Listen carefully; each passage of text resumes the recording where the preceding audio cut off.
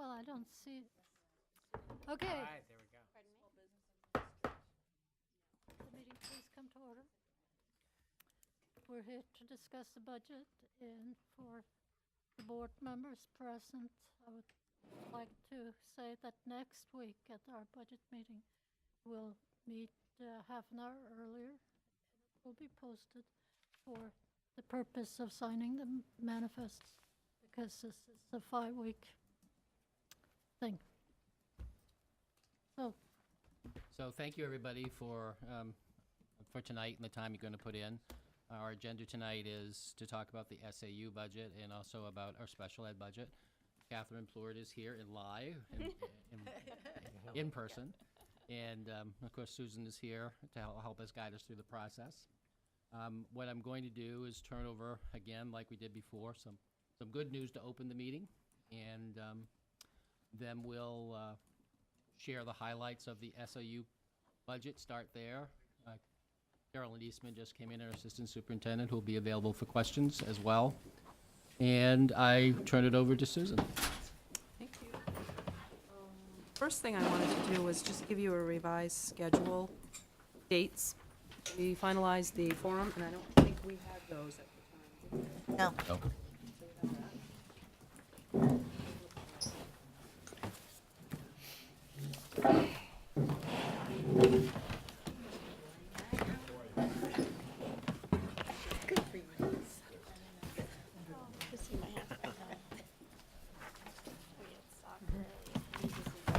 And then the other document I have is answers to questions that were brought forward on the October 2nd budget meeting.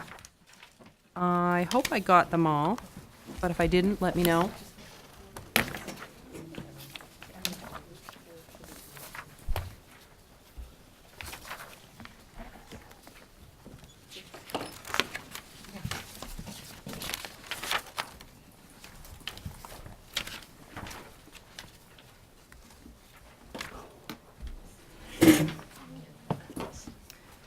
And then I did already have the question about what did the results of the recent update on our guaranteed maximum on health insurance result in, and it's, we ran the numbers, and it's gonna be a difference of $388,832.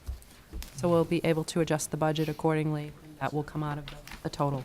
Repeat that, please. I wasn't Yep. reading the sheet. A little slower, please. Sure, it's 388,832, 8:32. and that's both health and dental. Health and And dental, That's good news. less. Oh, that's less or that's the actual? That's less. That will come out of the total. Oh, okay. What we're going to do is we're not going to go around and do a new copy of the budget every time we make an adjustment. Got it. So I'm just giving you the updates as I get them. The other adjustment we'll make was the capital improvements. In the facilities budget, we had the 77,000 that we agreed we would remove that. And that's on page 13 in the facilities budget. So that'll be another adjustment. So that's a $77,000 adjustment. So the total adjustments will be $465,832. To date, that's what we have so far. that's a decrease That's a decrease. from the increase that we talked about the very first night. Said 77,000. That, page 13 in your facilities budget, That was in yeah, we shouldn't have had that 77 in there, so we need to make that adjustment 77 plus. for 465,832. And then I don't know if you want, did you want to discuss the questions, the answers? from the, Yeah, those are things that were brought forward at our meeting on the 2nd.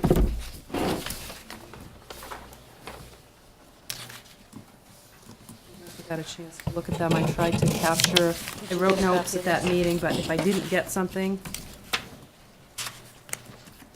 let me know.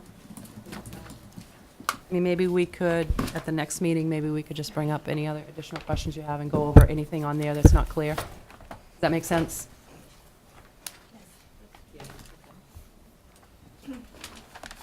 So, What we've done in the past with the budget is we've gone through, we've kind of flipped open to that section. We've done it in a couple of ways. We've gone through line by line. We've gone through and asked if there are any questions. I'm open to whatever you feel is the best for your needs. Start right with the district budget. District tab. That's the orange section. And, sure, Asked, or somebody had asked for a summary of the major line changes or additions and subtractions, I believe it was, in the budget meeting. Do we have that yet? oh, okay, I'm sorry, I apologize. I did bring that to the ABC meeting at the last. Okay. But I will tell you that if you want some major, if you look on the PowerPoint, and you want those major increases, I did a detailed description for them at their meeting, and that really wasn't what they were getting at. If you look on the PowerPoint, one of the slides does outline those major increases. It's at the front of your binder.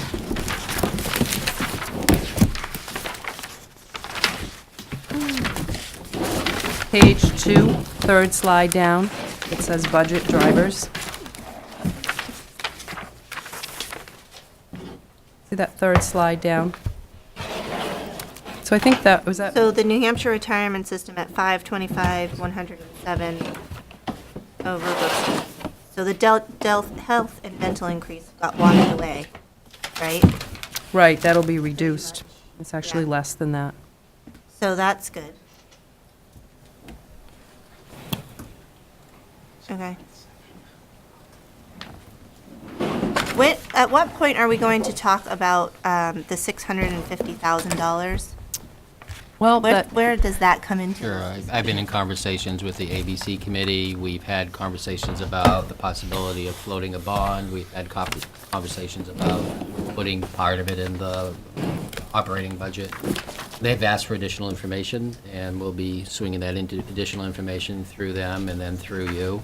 So we're talking about it openly on ABC about how to approach it. So is that going to be discussed as part of a capital improvement plan? Correct. Okay, so that'll be something that we add to the Which is why we agenda at pushed some the point. maintenance of facilities presentation to the end to give us That's what I time was to getting work at, with was the where would ABC that come in? committee. Okay, great, thank you. so does that answer your question? Is that what you were looking for? Yeah, if you could forward me a copy of that you sent them at Sure. some point, that'd be I great. can, Well, we forward it to the whole board. I can forward it to the whole board. Sure. So when do we make that a habit, Sue? If either Yes. the board or the ABC committee asks questions, that when we respond to everyone? And it may be that it causes some confusion on the side that didn't ask the question, but at least they have the information, and it will spark additional questions like, what is this? Makes sense. That way, everybody's always informed all the time, and nobody's playing catch-up. So if we start with the district budget, most of the beginning sections, start with curriculum development, and that's Carolyn. So if you have any questions, would you prefer to go line by line, or do you want to just ask questions? How about if Just we ask. let each administrator, like Carolyn's here, and she has a, brief presentation she wants to make, which may spark additional questions of both groups. Do you want to talk a little bit about your budget before they ask questions, Carolyn? Not like the full-blown presentation you did, but kind of a microcosm of it. I can do mini. Yeah. Yeah. So it might be a repeat for some, because the budget really hasn't changed from what I presented in at our first meeting at the Madbury Town Hall. Really, the changes for the professional development budget and staff development are really shifting from sending people to workshops individually or in small groups. They still have the staff still has a contracted $300 stipend to go to workshops that are of interest to them, but the focus of the budget will be to keep professional development costs within the district and help teachers focus on working collaboratively to get to know the Common Core state standards, to develop action research groups. We may bring, you'll see there's a line for line 12 under the, yes, on the back page. You'll see that we have some contracted services responsive classroom, using data, getting results, community experts. Those are just to help us kind of fill a toolkit. One of the visions I see is the need, as we start to create data, teachers taking the surveys of enacted curriculum, implementing STAR assessment, which is a universal screener and benchmark tool. They're going to need the capacity to have a system of how to use data. How do we systematically take different measures of information? So some of those pieces, using data, getting results, helps the teachers build a foundation of how to use data effectively and collaboratively with one another when they start to gather multiple sets. Responsive classroom is in regards to creating a community that supports the type of learning that Common Core is expecting, learning that, creating environments to help students persevere, be critical thinkers, and those are the types of skills that Mike Anderson from the community, he's beginning that work in a couple weeks. The same with Diana Nunnally for using data, getting results. And then I've left some money in the budget for community expert consultants. We have many experts in education in the community. And I'd like to be able to invite them in. I know we're in need of pulling people in on writing across the district to help us really examine what is high-quality writing in narrative, informational, and persuasive types of writing that are required in the Common Core. So as I look into my crystal ball, if you will, and vision what we're going to need as we implement Common Core, I'm trying to put some things in place that are logical and help support teachers as they work collaboratively across the year in understanding the Common Core. That's my mini. Thank you, Carolyn. So this section of the budget is open to questions by either body.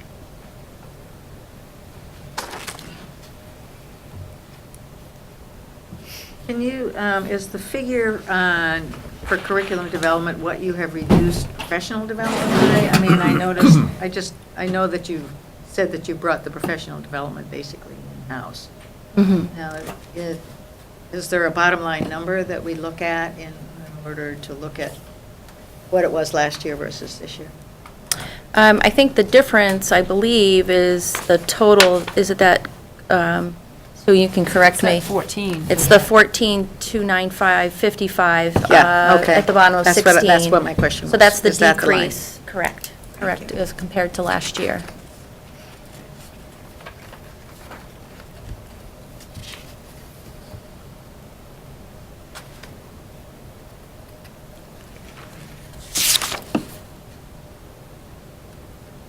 David? Maybe you answered this in your previous answer, but if, how would you characterize that $14,000 decrease? Is that just the Shackelford program has ended and? Much of that comes out actually in having the need for substitute teachers. When we were contracting with Mike Shackelford, it required 30 teachers for 4 days in a row to have substitute teachers for those 4 days, multiple times a year. And that really was a pretty substantial amount of money for us to hire substitute teachers to release these teachers. The intent with this professional development money is to hire training during early release and teacher workshop days, and during the course of the year, providing extra support after school or during summer to get some of the more innovative, creative planning done and provide some type of opportunity for that with this professional development money. So that's the intent. Could I follow up on that? Yes. On line 7, that seems to be the cost for subs. That's $11,875. It's 5,000. The difference between the approved 16,875, which is current, that's the current amount. The projected is 5,000 Right. for the coming Yes. budget. And so the difference is, that's our Yes, 11,800. so that's the That's 11. the decrease. Carolyn, But, would you just and then the note the STAR line assessment- number you're responding to? Because I'm we're sorry. trying to Line 7. catch up. Line 7. Thank you. Sorry. Line 11, which is the The- STAR assessment goes up 22. Correct. Then, when you get to line 12, which you explained at the beginning, in which you specify the kinds of training, that goes down 21. Now, that figure doesn't include the savings subs because that's on line 7. So I'm interested with this major core curriculum, Common Core, Common Core requirements, that on this line, you see a savings of 21,000. And This- I guess which is not to say that it's not good. Savings are always very good. I just want to ask if there's the possibility of being penny wise and pound foolish at a time when there are major demands put on the faculty to absorb a very different way of going about teaching. Yeah, so this line 12 used to be Michael Shackelford, which we were paying, and you'll see the amount of $33,000. Right. It's $2,500 a day to bring him in every day. So where it does feel like a decrease, a significant decrease, if you look at not paying an individual $2,500 a day for 12 days. And that's where we come out to that, plus his expenses to travel from out of town. That's where we were coming up with, so it's not necessarily taking away from programming, if you will, as it is not paying an individual $33,000. So the Shackelford savings then are on 2 lines. It's the substitute line and the fees going to him. Correct. You do bring up a good point. We have been thinking about the ways in which we use professional development funds. The teachers still have opportunities, and this year, they have quite a bit of opportunity through all their early release, all their professional teacher workshop days, as well as team time where they collaborate. We're all working on Common Core. So this won't be, next year isn't the beginning of something, it's a continuation. And I recognize that with any change, it does feel like there should be kind of this infusion of money, if you will, to help support the change. I think since this past summer, Common Core has been steadily rolling out. It will throughout this whole year into all of next year, and then they won't be assessed until 2015. So this is a steady progression, not a quick initiative, if you will, where we steer funds and push them all into a certain cause that we feel is really necessary now. We're looking at this as a 3-year progressive rollout, and trying to be very intentional about the way we go about it, so that it's meaningful for teachers and not just a lot more things to be involved in that really don't translate into change. Thank you, that was very helpful.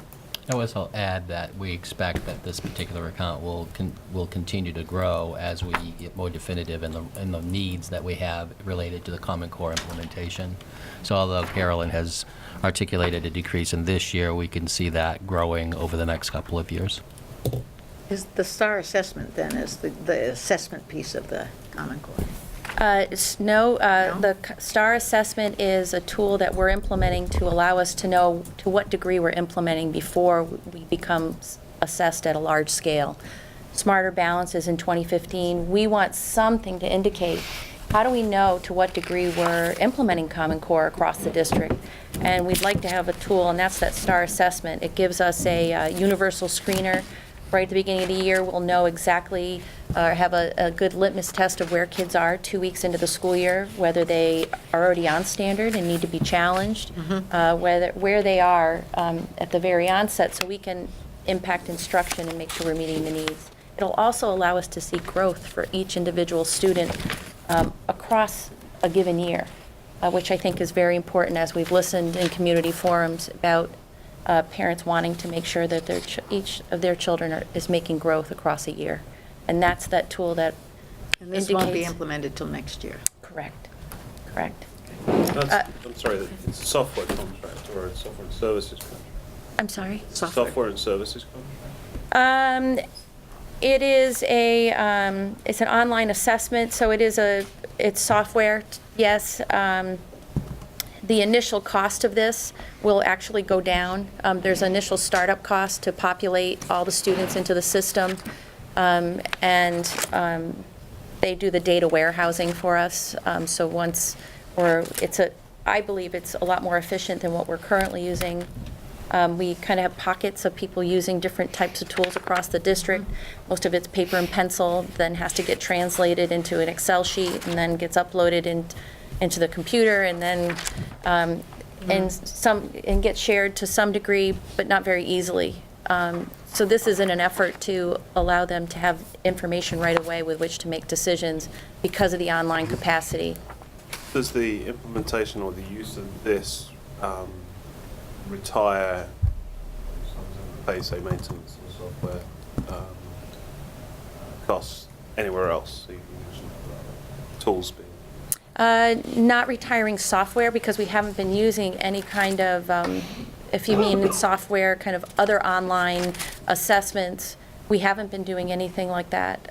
So this allows us to help students prepare for the online Smarter Balanced Assessment that will be happening in 2015.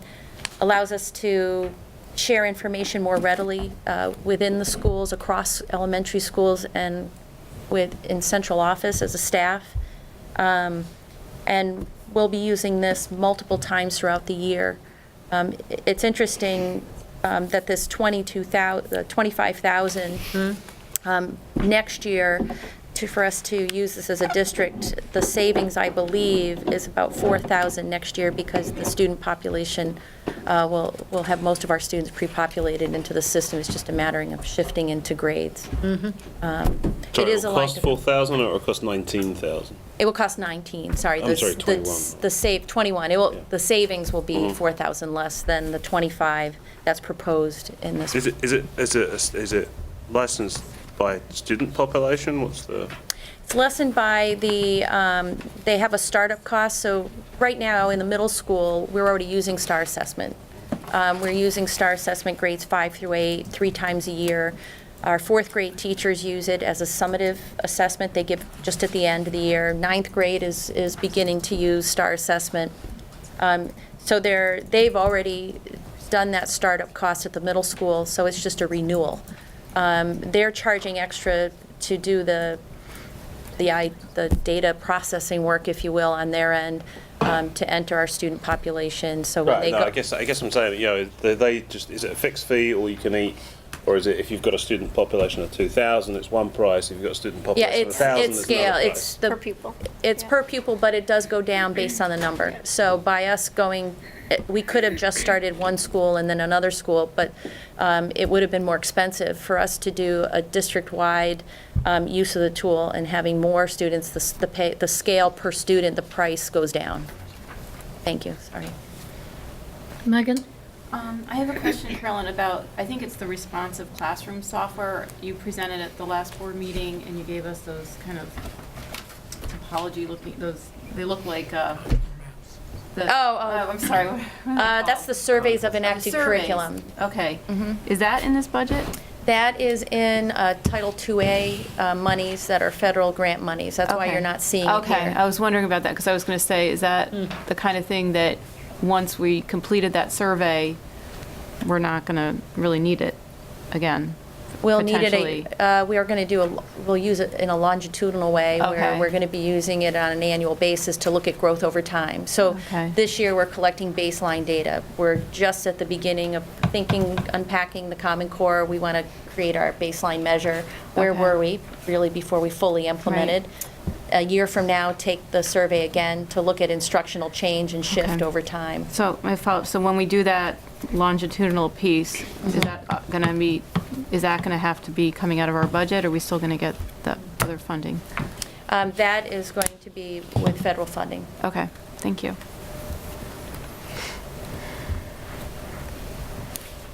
Thank you, Caroline. Thank you. Yes, so now we can move on to, actually, if you go to the next section, the audiovisual services, those are the services that we've moved to the high school budget. So we'll talk about those when we get to the high school budget. So, It includes the media technician, This is all going to the high school budget? Yes. That's 22223. So that would be line 21 through line 33. Before we move on to that, could I just ask a question about the dues and fees under staff development? I noticed there is an increase of $3,343. Which one of these fees went up that much, or is there something? I think in the past, if I'm correct, Sue, the New Hampshire's NHSAA wasn't included in that Wasn't in list, there. and that's the New Oh, okay. Hampshire Supervisors. Yeah. Hampshire School administrators. School Administrators Administration. That meets regularly, and I know So that's- I believe it's for the central office membership, it's $1,200. Was it somewhere else in the budget last year? Yeah, I believe it was, because was. if you look up above there, there's a number of charges. Those individual ones? Yeah, see those charges, but there were no budgets against them Well, last year. last year. Yeah. See that? So we're trying to refine and get things all in the right places. Yeah. I think that was placed somewhere else, and it seemed as logical as putting it in Yeah. with dues. It's fine. I mean, I just need to know why that Question. went up. Excuse me, okay. Okay, so are we ready to move to page 4? I have a question on that. Is that listed on this sheet of account changes? Changes for, The one you gave to the ABC. SAA account, is that what you're asking? Right, you said basically that membership fee was moved from one account to another. And I was wondering if that was listed on this sheet. Probably not, because it wasn't a substantive. We were trying to Yeah. capture, as much as we could, but I think part of that, David, was when we were looking at contracted services, we had so many different contracted services that we tried to move them all into one, and I think that's on there, that note that says that Right. we tried to. Consolidated. Right, consolidated a lot of those contracted services into one place. And tried to make them all the same. So that was part of that. If there's a contract service, other athletic, high school. That was just an example, I think, Yeah. of what, yeah. I see. And then when we got to the individual department, we tried to identify what those contracted services might be. So again, we're on page 4, I believe, and we're at the school board's budget. Line 34.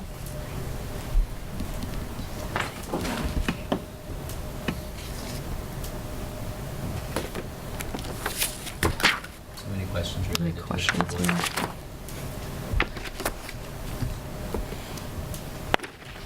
Well, I guess my question is, in general, is this, the stipend, is that commensurate with what other similar districts, school board members get? We will research that Can between we now and the research next it? No, meeting. it's not. Did you research it? I mean, already? currently, No, we're they not announced it taking at a the last stipend, meeting. so. And the average for the state is $2,500 per individual. But that doesn't mean What anything. meeting? What meeting, Christie? The New Hampshire School Board Association meeting last time. They obviously didn't have our zero for last year because we would have brought that down substantially, but They probably have that research I then, think it would be right? Yeah, good to they do. compare apples to apples. and they not can get look at those the state numbers for you because average. they did all the work. There's no I sense think in the rewriting logical the place work. to compare would be the Seacoast. Absolutely. Yeah, so we'll do the Seacoast and get those numbers back to you guys. Thank you. And What are the contracted services? Just says miscellaneous. What are the usual contracted services? Are you looking at line 37? Yes? It could be anything from hiring a consultant to do a study, which we've done before, to, trying to think. Obviously, we've moved that. You can see there wasn't much of an expenditure there, but there were a number of accounts that line item covered. Trying to think of some of the other things. When they did the strategic plan, they hired a consultant to do that. That's where that would have come out of. Had someone come in and as a facilitator, so that would have been put in that account. Future search or something. Future search is something that we're doing this year. We'll be charged to that account. Those are the kind of things that would go in there normally. And I think before, in the past too, that even the legal services were in there. They weren't broken down, so I did break those down when I arrived. Mhm. You can see. And you've got audit services. And audit services were in there in the past, too, and I broke those out of there, yes, that's correct.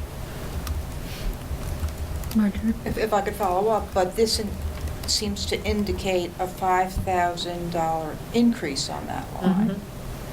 A piece of that will be carrying future search from this year into next year, because we know it won't be done, and allowing the board discretion to make choices around other things they would like to study that may come up in the course of a school year. You want something different, want to look at? Is that what you're saying? I see, if I could ask another question. On line 38, the Legal Services School Board. Now, I see that the note that you have, that used to include both legal and audit. And now it's broken down in two. Now, legal services to the board, what does that include? Ooh, a lot of different things. Anything from, at our deliberative session, we generally have an attorney join us. Anytime we are negotiating, we may have legal representation. I mean, contract negotiation? Yes, contract negotiations. Labor contracts? Labor contracts, yes. And anytime we would consult with our attorneys, for any reason, that's where we would charge those expenses.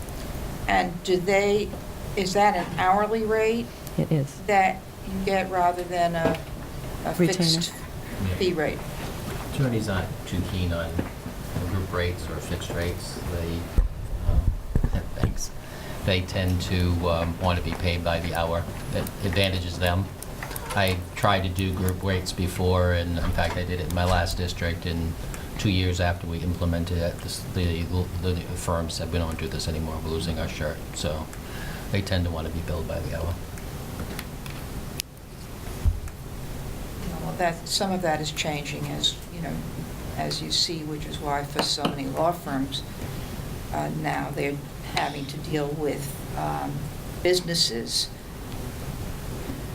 moving away from paying for hourly services and bringing inside an attorney so as to avoid that. And so it's possible that a firm might be more welcoming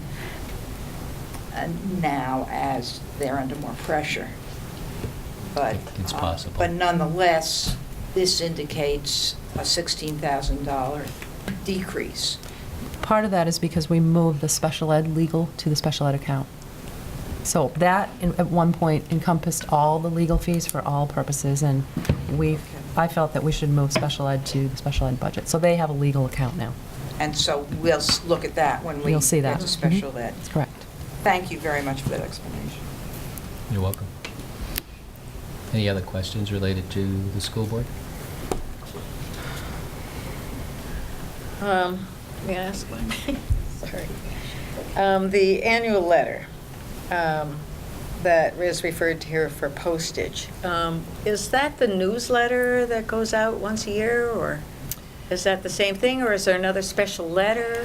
I And who think- does it get mailed to? Well, I think last year, and correct me if I'm wrong, or in previous years, there was a postcard that went out, right? And there have been mailings of newsletters. And I think the communications, they've been talking about that, how they're going to do that. It probably will be online. I'm not sure, but we just kind of left that in there Okay. as a placeholder. Is there such a thing as an account for school board insurance? It's part of our liability insurance, our broad coverage, and it does include errors and omissions and bonding for, yes, that's part of our insurance, yes. Is that in here? You'll find it in, when we get into the district budget.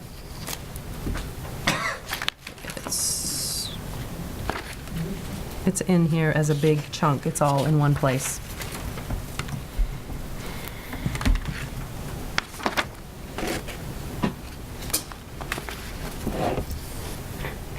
Can't find it right now, but it's in here. 106. 106. Insurance, okay. That's it. page and line number? Page 8, line 106.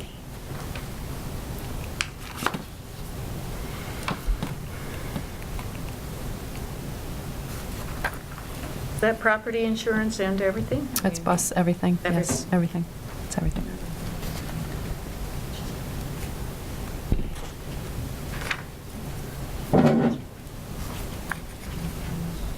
Any other questions on school board?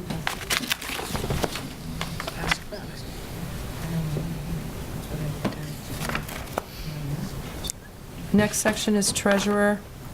It's just the services, and actually, I had a note to check that. I believe that salary includes our district clerk, moderator, tally clerks, but I will check that, because I know the treasurer doesn't get that alone.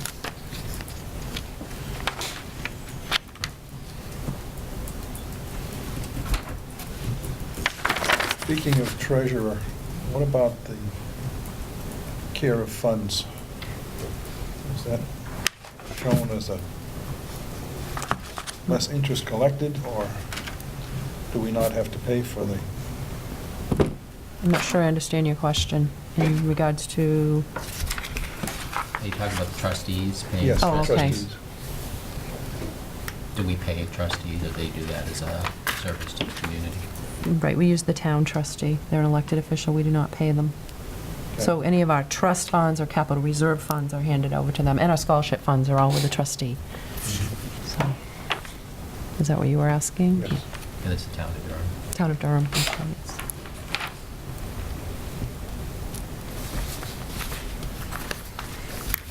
Okay, moving to page 6.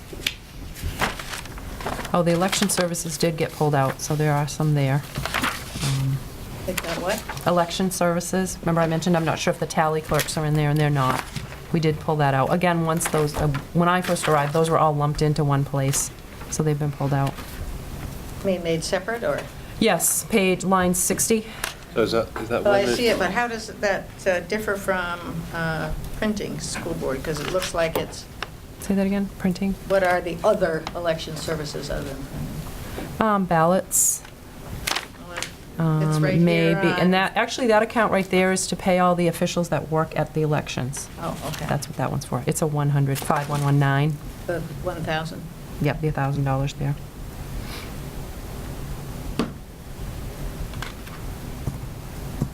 And then that brings us to administrative services, which is the superintendent, superintendent's administrative assistant,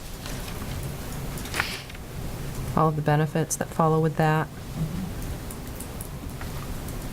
Any questions there? Me, I have a question. Line item number 63, I expected that number to be higher than last year. Yeah. The reason it's reduced is because the model that was used in the past was 2 co-directors, and they were both budgeted there. Actually, let me rephrase that. It's gone back and forth. A portion of one of the directors went to special ed, because she did a portion of one job. Now we've Okay. moved all of Carolyn's salary there as the assistant superintendent, and we've moved all of Catherine's salary to the special ed. But that budget. number should still be, It used to be 2.5 people. right. Now it's 2. So if you want to Right. increase it, Carolyn and I wouldn't mind. No, but I expected the number to even be, I don't know, I just thought that it was going to be higher, but, Does that answer? because that- it's still, like, the half a salary that's technically missing is still Is now in less than. special ed. Yeah, So but if it's you still go to less than that number. You'll see it in. You'll see it in special ed. I know, well, I'm not, somebody help me here, because the number, like, if you take that full, the salary from last year, split it in half, it's still lower than that number. So we're still, even with the superintendent and the assistant superintendent salaries alone, they're less than what we spent last year. Yeah, because you've taken one half of this, there was 2.5 salaries, you've taken half a salary that was in that line, and you've moved it to special ed, so. Yeah, but the salary that we moved to special ed, if you took half of that salary, it's still less than that number. So we're still spending, like, for just the 2 positions that are still in there, we're spending less than we did last year. Well, that could be directors of instruction made more money. Mm, Oh, right, Right. thank you. Right. Thank you, They made more that's, money than we did. That's the Yeah. exact okay. answer. That's true. so we are saving, Sorry. so we are saving money from, Yeah. with the restructuring, we did save money. Yes, you saved. We got a good was it deal. about $20,000? We did. Is that what you're saying, Very every good. We'll talk about Yeah, that later. thank you. That's That's exactly where I It's about needed, I 20, yeah, didn't, That's that's, exactly right. thank you, Catherine, You weren't that's crazy exactly what I was after looking all. for. You were You would reading have it right. expected to see a wash between the two accounts. I did, because I and that's expected different. that the money that we paid this year was higher, and it would have eaten up the savings for the half a position, but that's not true, so, okay. Thank you. Okay. And then the next section, let's see, we're on page 7. Sustainability, that's just the warrant article that was proposed. Are they going to ask for a warrant article this year?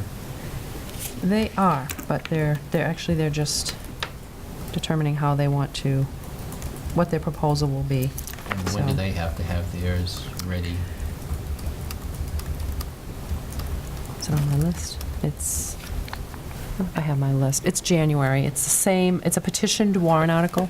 It's not on my list. I didn't bring my list. I So the brought board it. and ABC don't contribute to that being put before the voters? They're going directly to the voters, is that how it Mhm. works? They present at deliberative session for it. Well, it gets disclosed at public hearing, Mhm. so there is it's before deliberative session, but yes, So when you that's say true. public hearings, is that the public hearings that I'm doing in November and December, or is that the one? The that- January the public January? hearing. So it has to be, by law, has to be there before that, so it can be placed on the warrant, Mhm. and people have the opportunity to weigh in on it at the public hearing. Do these bodies endorse or not endorse, or just it plays out in lifetime? Right, there's no endorsement, approve, recommend, that's not required. Great. And There was some discussion, I don't know whether it's just in the ABC, but I remember the conversation, and I'll correct me if my memory isn't serving me, that the recommendation that we were thinking about, or that was discussed, was having all of sustainability included in the budget, so that we would know. And that fact that the district is accepting sustainability as being definitely a portion of the budget, that it should include all of what sustainability is. So the question is that our choice or theirs? That's, I'm That's what throwing I it out. thought. I was making that as, I remember the discussion from, at some point last year. I don't remember if it was in one of the public sessions, or whether it was one of just the ABC, or it was what you brought up at a school board meeting. But I know it was suggested so that the public would know that sustainability, number one, is part of the budget, which it is, and that we would know how much it's gonna cost when we vote on the budget. So I don't know where it goes from here, but that's, So I guess the problem that I see with that is that the current Sustainability Committee isn't a committee of the board or the superintendent. So we don't have any jurisdiction over that to put it in our budget, because it's really, for lack of better description, a private committee? I don't know. I mean, it's different, it's separated. It's not, it was a community action-driven petition for the initial warrant article, and they've just continued, and they're doing a great job with it, and they know way more than any of us do, so have at it as far as I'm concerned. But I understand where Ann's coming from, that it would be helpful for the district to be able to plan, especially as we're going into long-term planning, to understand what we're going to plan year after year on sustainability. So I guess where we need to decide is whether we want to bring that committee in, or whether they're even willing to be brought in, and have it be either a committee of the board or a committee of the superintendent, because that open dialogue would be helpful in constructing a budget. I think that you would hear from them that they would support that. Okay. I think that their plan is to present to you at some time soon in November. Do we So- still have a member of the board on that committee? Ed. Ed? Ed, what do you think about that? Well, I also attend their meetings, and I I have no just know comment. that's what the subcommittees of that committee are now preparing, how they want to proceed with a request for next year for funding. Okay. So they may actually be reaching out to the board along the lines that Ann is suggesting. Right. I mean, and I certainly can relay that message to them as a member of that committee, that they could entertain that. Yeah. Given Option. what you've said about this funding, to what extent is it recorded, controlled, known, reported? Or do we just give them a $25,000 check and say, well, go be sustained?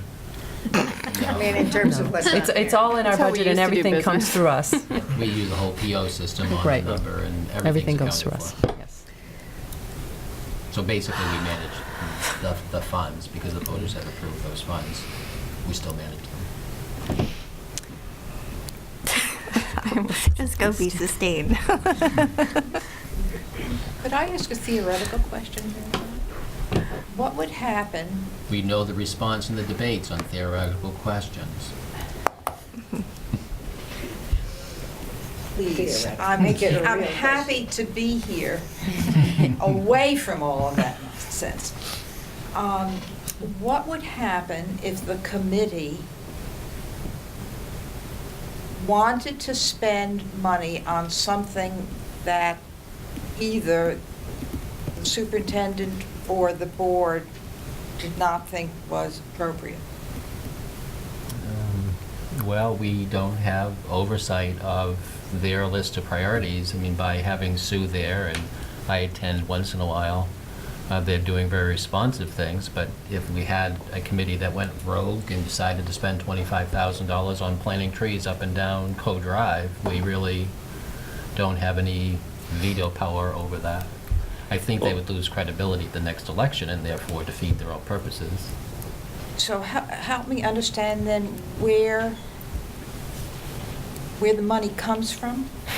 Comes from the taxpayers. It was voted and added to the budget, approved. If it is, That was nice.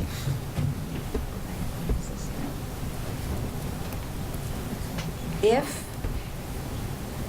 it is money that becomes part of the budget, and if it is public money, what, then in effect, do you contract with an entity to make the policy decisions about how that money is going to be saved? And are they registered with the state? Is it, I think I know the answer to that Sure. question. So they get their authority from the voters, just like the board does. We're managing their funds for them. We can hold, if they ever had to do a report to the citizens at deliberative session, they would have detailed reports on what they spent their money on, but we don't have veto power over Well, those except expenditures. that it Does- is governed by the warrant and the specifics that the warrant says. So warrant articles are to be used specifically for what the warrant article says. But that doesn't mean that you could have a different interpretation of what that means. And do you believe that the voters understand that neither the school board nor the superintendent have any authority over that? Well, we have the authority that we monitor the funds. We're accounting for the funds, but we don't have authority over how the funds are expended because it's expressly stated in the warrant. Are you done? Oh, I'm sorry. Oh, I'm done. I thought that the school board was the only agent of public money. Well, that's why the money runs through our books, but it's no policy issue that's running through this body, or do I have supervisory responsibility of the sustainability committee? So it goes right back to what Kristen said, which is you have a committee that was created by the voters. Ultimately, who is that committee responsible to? The voters. Unless, I'm missing something, that's my understanding of how the process works, and I could be wrong, because I've only been here 5 months, but am I capturing the essence of that, No, Sue? that's I agree with you, it is, but it's a little vague because it's never been done that way before. I mean, this is unusual, but it's how they accomplished the goal they had was to form this committee. They Committee. certainly would like to be endorsed by the board and be a committee of the board, but because that wasn't how they were formed, this is the way they, And remember, the form. question is theoretical. The Right. reality is they are spending appropriately on the endeavors that they articulated in deliberative session. Some of the initiatives of the sustainability, I think, would, it's interesting, because there are areas where it does kind of come into the district purview, when you're talking about doing programs, educational programs in our classrooms, and that would, that's something that there's a crossover. So, I don't know. I don't know how this is handled either in many ways. It's sort of, because I would think it would come under some of Carolyn's work, with curriculum and, a group outside of, their group can dictate instruction and curriculum in our schools. It's not part of our school district per se, or part of our Well- school. I don't understand how that works. Well, I think that what we've been talking about is exactly something that there is no clear guidance on in statute or regulation. Okay. It's a citizen-initiated committee. But I think ultimately, we would have authority about that if we, the monies are here, this committee raised it, but how is it effectively implemented within, because we're responsible for what's happening in the schools.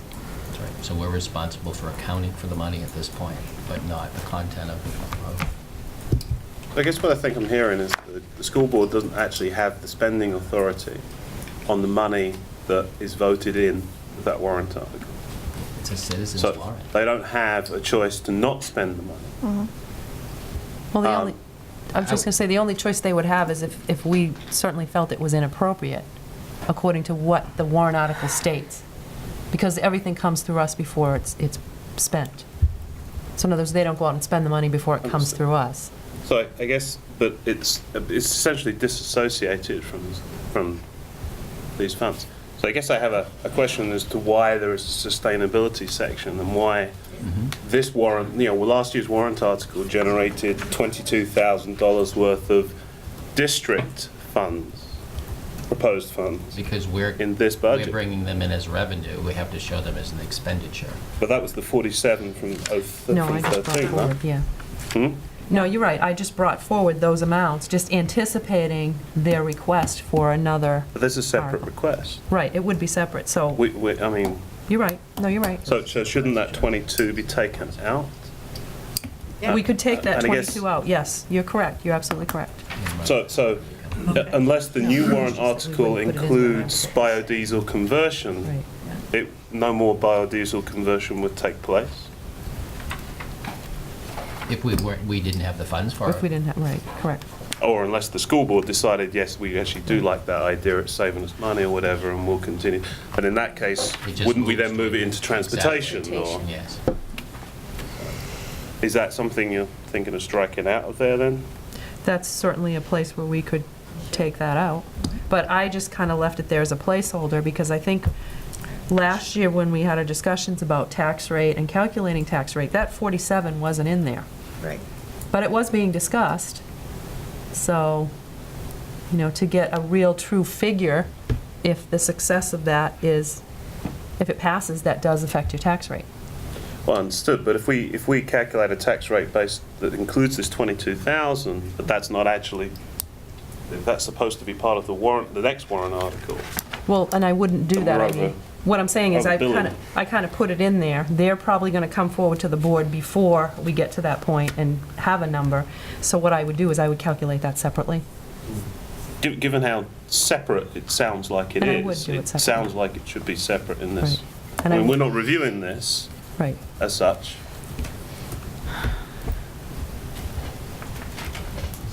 Take it out. If, It's warrant, it's warrant.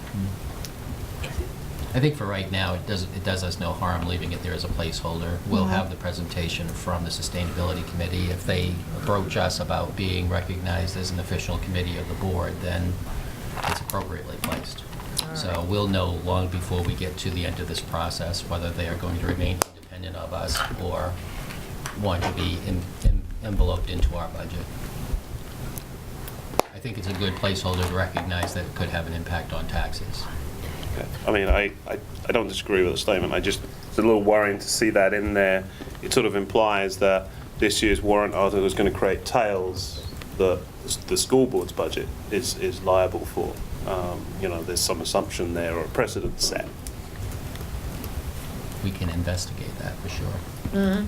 Marjorie was first. Well, this is either the school board's budget, or it's not the school board's budget. I think it's the school board's budget, and I'm sure there are many groups out there that might have terrific ideas about things that we ought to be doing, and wouldn't it be nice just to piggyback on the school board's efforts as it goes about the business of drawing up a budget? I understand what you're saying about wanting to have a placeholder, but if this doesn't reflect the wishes or the decisions of the school board, then I'm not clear on, or if it doesn't respect what the school board is obligated to do without any choice, contracts, bonds, all that stuff, I don't understand why it would begin by being in the budget, and I would think that if it ends up on a warrant article, the school board would want to say the tax rate based on our budget is X. If this is added, if the citizens want to add this, then the tax rate would be X plus this. And that creates the paper trail, so to speak. But having said that, I'm the new girl on the block, and I certainly count on you all knowing a lot more than I do. It just seems that you're taking on somebody else's burden unless you've internalized the whole value of sustainability and want it to be part of the budget and want to take responsibility and control and do that. But this is, But that would take away from the voters' right if we did that. Because the voters have the right to vote yes or no on the warrant article. that's true. They also have the right to that's true. show up at the budget hearing and say, we don't want this. Exactly. But of course, once we went to SB2, we lost a lot of that opportunity. The one comment I would make, I mean, I agree with what you're saying, absolutely, but I do like the fact that it does, that we do reflect what we spent on sustainability, or what was budgeted for sustainability in 2013. So I think it's valuable to have those figures, and going along with the concept of putting nothing in there, or conceptually nothing in there, until this becomes part of the school board budget. David? It seems to me that we're conflating two different issues. One is who has the authority to spend money? And I think the law is pretty clear that the school board is the only ones who have the authority to authorize money being spent. And the second is, how does the sustainability committee organize and make its recommendations and decisions or whatever? I think they don't have to become, in some sense, a board committee in order for the board to exercise its right to control the money that's raised by taxpayers to pay for the school budget. I think it's important that you keep those separate. Krista? I think we should table this discussion and put it on a regular meeting agenda soon, in which we invite the sustainability committee to come to the meeting, because it's kind of hard to have this discussion without them being here. This is the first I've ever heard that the sustainability committee would like to become a committee of the board, and we can't do that and we don't hear that from them. So I think it's a great discussion, but it should be had in the presence of the sustainability committee in order for us to actually do anything about it. And you want to postpone further discussion? Yes, that's what I want to do. And I've also sent an email to Barrett Christina, ask if there's any policies that we should have that would help us in situations like this. Because perhaps that's what we're missing. I don't know. You know, when a new situation like this arises, you have to examine whether or not you need a policy, and so maybe that's what we need to do. Sorry, policy committee. My condolences to you. We're cruising today. We only met for how many hours? Okay, so are we ready to move to page 8? Yes. So page 8 is support services, business office. That would be the staff that works with me and all of our benefits and actually that includes the insurance piece. Contracted services are for our software, for our financial system. Any questions on that?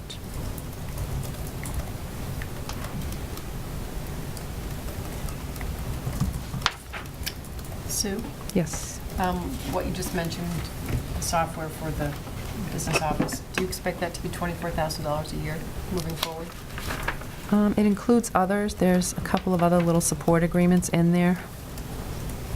I don't expect it to go down, but But that you expect that to be a yearly cost? yeah, it's a yearly cost. It's a pretty robust system. We get updates. Every year we have to update for tax purposes, so it's all in part of that. We also have support, online support and telephone support whenever we have to call them for anything, so it's all part of that. But I know there are some other small contracts in there, but that's the major one, the bulk of that. Question? Is the insurance policy bid out each year? Insurance policy was bid out for, when I first arrived, for a 3-year period with the opportunity to renew for 2 years, and that's coming up next year. So you're tied to Peerless at the moment? Excuse me? You're tied to Peerless at the For the moment? 3-year period, yeah, at this point. And generally, you wouldn't bid something like that out, because that's a lot of work to get that information together. Annually, yeah, on an annual basis. David? Can you describe the almost $17,000 decrease in line 92?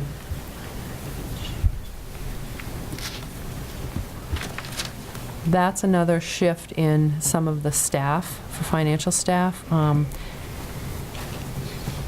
That includes accounts payable, director of accounting, payroll, and a part of the human resource person. The other part of her salary is in with the administrative assistant in the superintendent's, because she supports that office too, so we separated that out.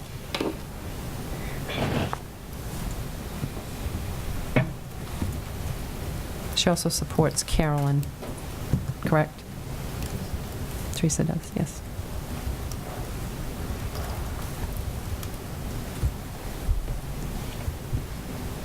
Question? When you refer to administrative assistant, are you talking about line 64 on page 6? The secretary super, or line 63? Line 64. Thank you. See how it says 3? Because a portion of the person that supports Catherine in the special ed also supports the district office. She's the receptionist.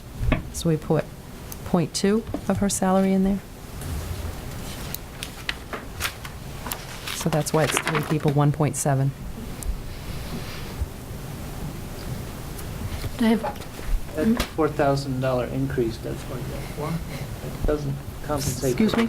$4,000 increase in what line, Dave? When she just pointed out 64, that doesn't jive with the $16,000 in the other line. Say that again. So you're looking at, You've got $17,000 coming out of 92, and you've got $4,000 going into 64. and then we have a shift that goes into the special ed. You'll see that other change. And then on top of that, we had a staff change in there, a senior member that was supporting Catherine's position left last year, and we hired someone at a lower level.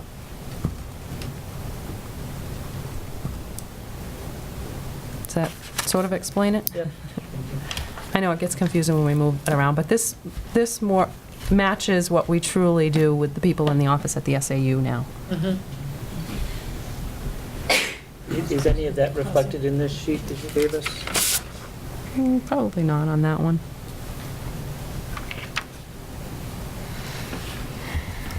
But those weren't really account changes, those were just personnel changes. But it's moved, money shifting from one account to another. Yeah, but- That's largely the David, reason I'm interested in this. When I recall that conversation, what you were asking for was major shifts. Yes, that's what it was, the question Yeah. was So for. that's when you try to capture it. So major shifts doesn't mean we're going to capture all of the shifts. So it's, it's not an intent to leave anything out. Or Right, just- I'm not Yeah. going to intend, I'm just trying to get a sense of whether, Thanks. So can we move to the next line? I just have Oh, a quick sorry. question. I wanted to just point out that line 86 shows the shift for the New Hampshire School Administrators Association dues.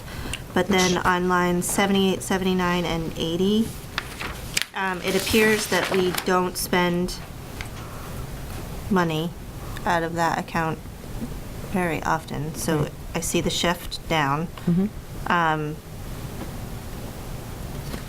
And I just wanted to thank you for that, because it's helpful when you're not spending the money in order to make that adjustment, so. Yeah, Dr. Morse, when we sat down and looked at that, we did look at actuals to see what we were really spending and tried to bring forward what we, either that or what we felt we needed, rather than just pull them over for the sake of what was in the previous budget. That's helpful, because I think that's how we got into some of the issues that we've gotten into. so. So we're on page 9, correct? And those are just the phones that support the SAU office and the district office, I believe, and the service building. These new phones? These were new last year, yes. These were new last year.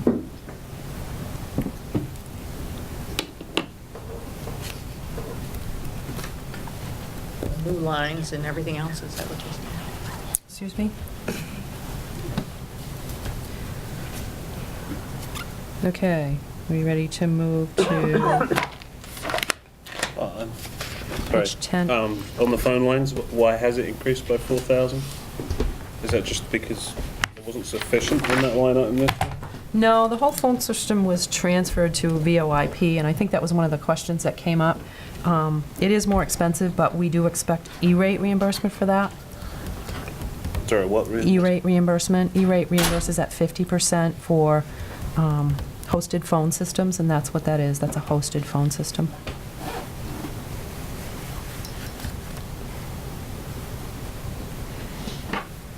But David? we are evaluating that right now. How does VoIP make it more expensive? Well, we have a hosted phone system, but we also transferred to a digital VoIP system at the same time.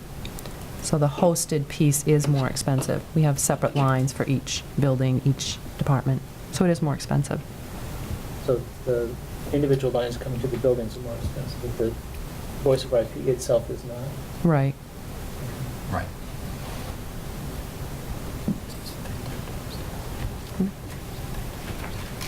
Yes. Yeah, the vendor that we use currently is G4. But Josh has been out looking, we can change that every year as part of E-rate reimbursement, and he's looking at several vendors to perhaps change that.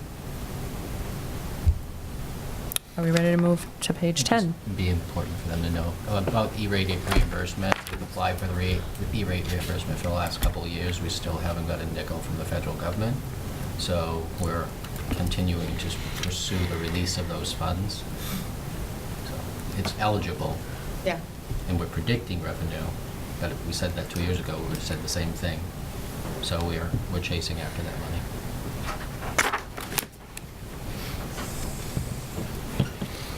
Okay, we're on page 10.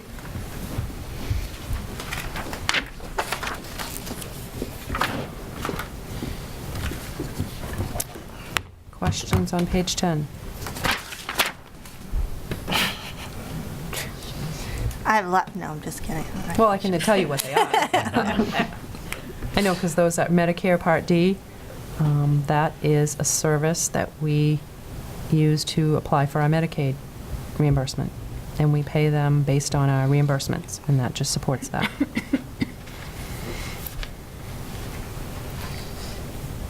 hard to ask questions when there's a bunch of zeros. It's really easy. Bond payment, principal and interest, pretty straightforward.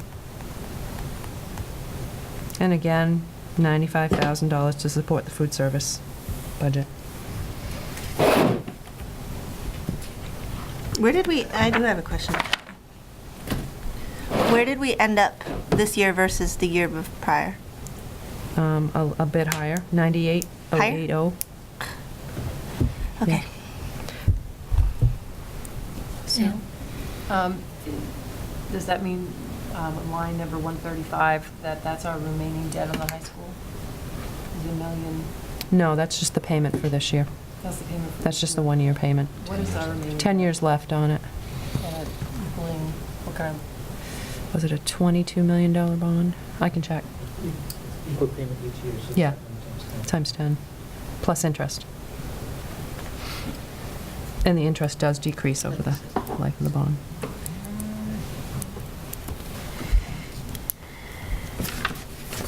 That's it, unless you have other questions for district. So can we move on to special ed?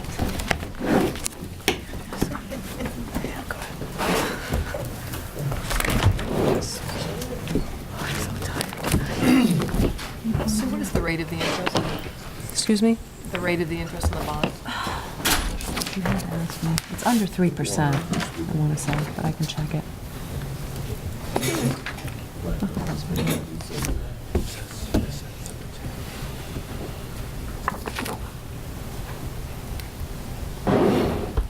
Okay, Carolyn, Catherine. Do you want to do just like a brief overview before they start asking questions? Sure. So the special education budget is here. As you know, it's, special education services are driven by students with IEPs. I think incorporates services that are within IEPs, programming, support for staff, professional development, as well as all the staff that provide the services. Sue's going to clarify some of the staffing shifts with some paraprofessionals. I think I put that on your question sheet. Okay. And about the pairs for the tuition students. There's also some staff wrapped into this that are for tuition students. So it actually makes it look like it's Oyster River's paying for them. We do hire the staff and pay for the staff, but when we bill tuition for these students, we bill for the cost of this and get that as revenue.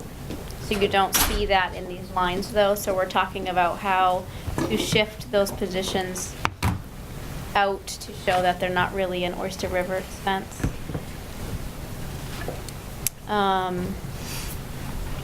In terms of line items, most of these are actuals based on students' IEPs.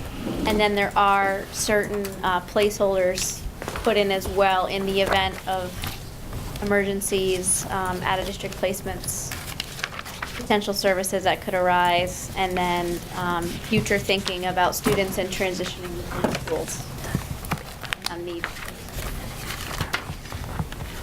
What's the maximum age that student that you deal with?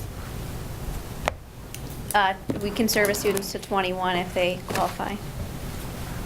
Ages 3 to 21, we're servicing.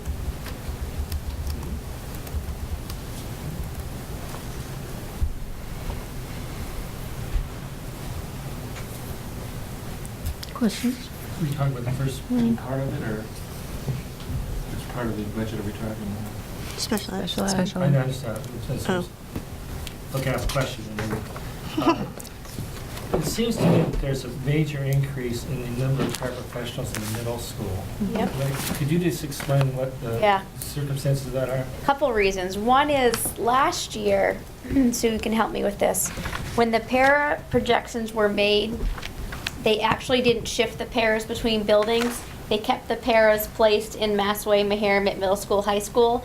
So there was actually a big jump this year. There was a number of paras that moved up with students to the middle school that didn't get reflected in last year's budget. So that is now reflected, plus the transition of the students from 4th to 5th this year, which is a big group of kids needing significant support. So you're seeing a bit of an inflation there because last year it wasn't recorded the way it should have been. Yeah, for example, this year, if you look at the middle school budget, we were about 9 pairs short, but it was in the Mohammed and Massway budget. So we had the money there, it's just in a different line item. They never transferred them up. I have a question. I can't remember if you did this in your video presentation, but has the number of IEPs issued, has it remained constant? Has it gone up? Has it gone down? I can't remember what the... Yeah, it's about fairly the same, about 60%. Fairly the same. It hasn't shifted too much, and since I've been here, this is my 4th year, it's been about the same. 16. I'll let you go, but I want... And that includes 3 to 21. The only other question I had is like, so how has the implementation of RTI, has that had an influence on our staff, or what is that? What impact has I that think had? to a degree it's reduced some referrals because we're able to, try some things out with kids before we automatically jump to a referral meeting. But RTI currently in the district is not solidified. So there still is not specific criteria assessments. For example, the STAR that will be brought in will help to clarify that.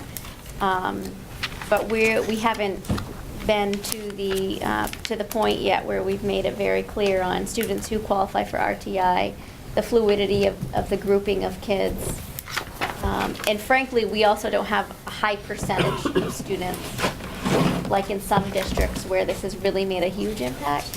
We just don't have that high of a percentage where you'd see a great impact quickly. What it does do, I can tell you, is students that we do work with at the beginning of the year, I've noticed it raises our spring referrals because we get through January, progress reports come out, we do one more kind of last shift, either with a program or a service. We don't see the progress. Of course, we get worried, want to make sure they're set for the following year. So I've seen an increase in referrals in the spring.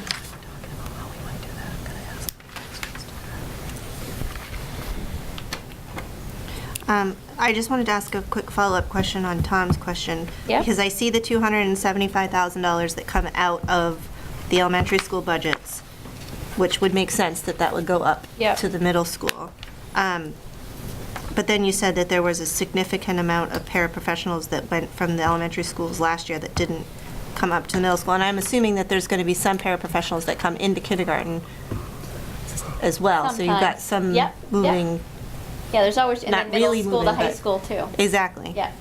So, so the difference is really only $60,000 between what we're moving up technically, or theoretically, to the middle school. Okay. And right now, again, we have some of those paraprofessionals in there that are for tuition students that we'll remove, so those will look, 4 of them. It's 4 of them, and I'm still trying to, traditionally, they've been budgeted in the district budget, and we get a revenue on the other end. Oh. See, so we bill them for those one-on-one So it would paras. still show up on this line? It would still show And then up. the revenue would come in right Right, from but it does Barrington. inflate your budget when you do that. Right. So I'm debating with whether or not I would, because there's more, I mean, there were 2, should we move them? Right, And I'm just currently trying to we figure have out. 2 at the high school and 1 at the middle school.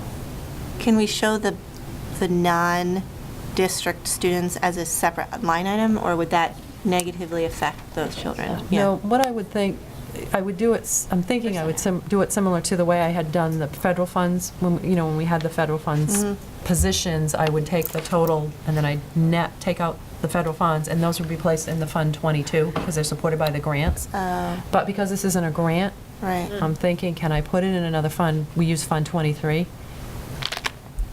So that's the debate. I'm just Yeah, trying and to the figure only out. problem with that is if next year it's only 1 child, I know. then you're For identifying the tuition, child. Yeah, well, yeah, I mean, based on tuition students. Yeah, so. And then there's the reporting piece of it too, when we report to the state, general fund is general Can fund. we put like a note in that line item? We can, we So that can. we know for the Right. following year, like, should Right. all of us fall off the face of the Right, earth? we And can. someone coming in could say, oh, well, I'm not going to put it automatically in for that number. Yeah, we can No, do that's that a in good the idea. What line item are we talking about Um, specifically? Looks like you, 5, 6, there's 7, 8. additional funds being spent at the high school in addition to the 60,000 additional spends, in addition to the 275 that Chris spoke about. So there's a net add across the board, it appears. Is that based on the additional students from Barrington, or is that just new identifications? Yeah, it'd be based on potential new students from Barrington as well as potential students coming in from Pitt. But it's at the high school, but those are Yes, the little kids yes. and the big, that's both? Yeah, so Okay. it's distributing it out, yep. So I guess a follow-up from that question is, what's the net increase in paras? Overall, Yes. Number of the FTE 90. increase. And you shifted things around, but We did in that all today. buildings, what's the total? it went from, basically, when we did our numbers, it went from 80, well, 79 and change, right? 79 FTEs You had the sheet. to, I have it. That's in FY13. Right, so basically, we had 79, it was like .6 or something for FY '13. And next year, it's 80.67 ORCSD for Barrington. And it Sorry, would- add 4 for Barrington. And 4 for Barrington. The 79 include Yeah, any Barrington? so we figured out today it was a netting, technically, or ORCD is 2. 2. Yeah. So for our kids, it's a net increase of 2. For Barrington, we're trying to separate those out. I'd like to follow up on Rod's question. This is a very detailed segment of the budget. It's a large and important part of the budget, but it's also a little hard to understand. Sure. And I'm kind of wishing for some summaries, such as preschool, elementary, middle school, and high school, with summations for professional, paras, and cutting it down from, I don't know how many lines this is, but 23 pages of 10 lines apiece is at least 230 lines. So I'd like to ask, is it feasible?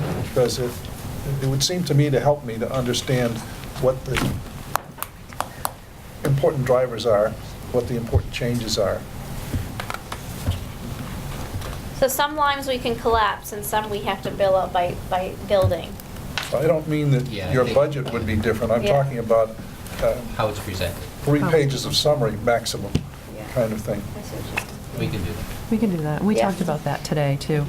Because that's good information for us, because I think when we present to the public, not everybody understands it the way we present it, so how best can we present to Yeah. the public so it makes sense to them? Yeah. So, it's a good idea.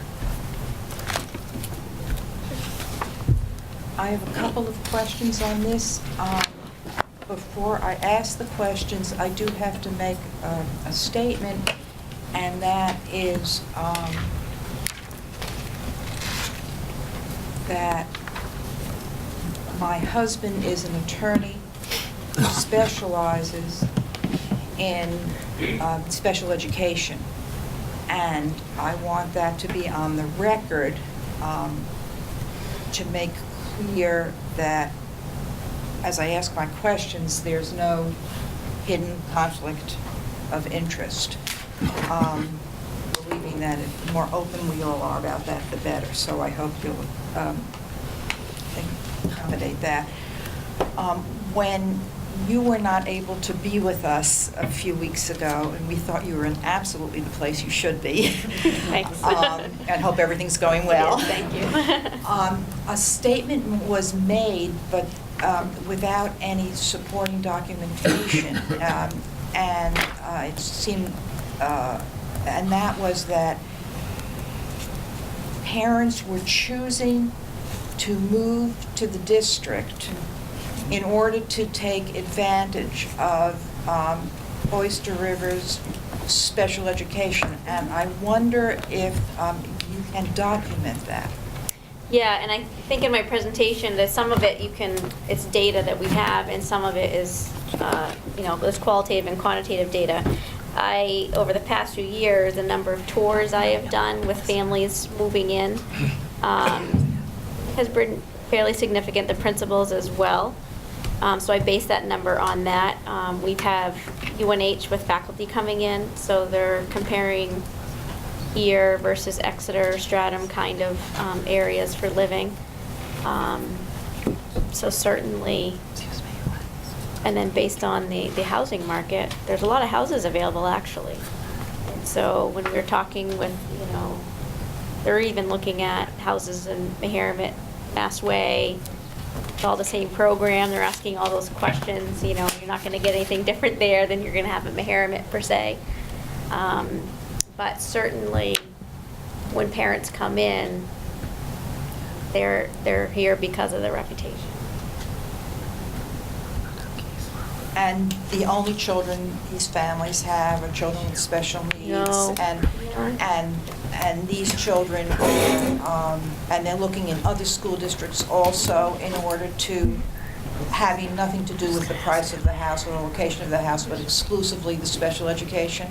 Parents coming in with students with special needs are certainly looking at the programming that's offered in the services and how they're delivered, as well as our facilities. Yeah, so they're asking very pointed questions based on best practices, based on staffing and certifications. They're pretty knowledgeable about what they're looking for.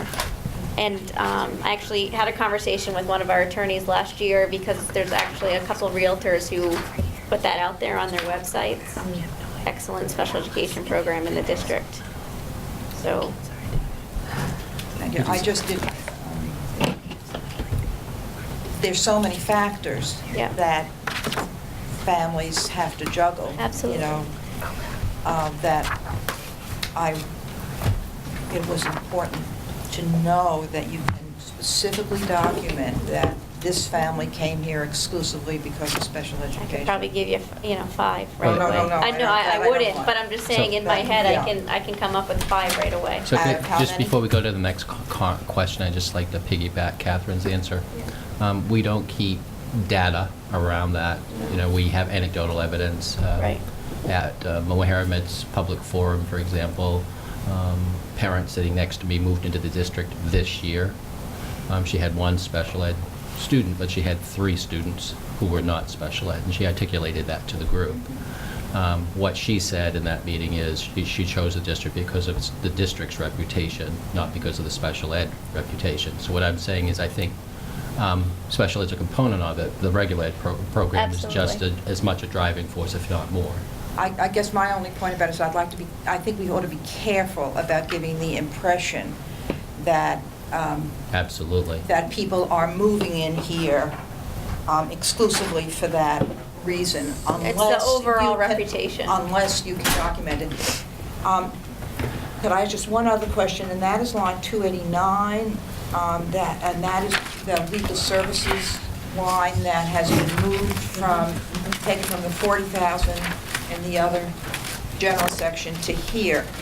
And this is, this is for legal services to you. Right. And my staff,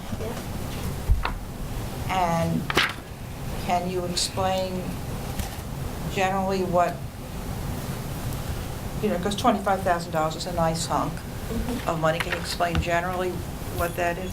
Yeah, I mean, for similar things, accessing for consultation on a case, presentation from parent letters and getting advice on responses, review of those in the event we needed to go to mediation or due process with the family, those.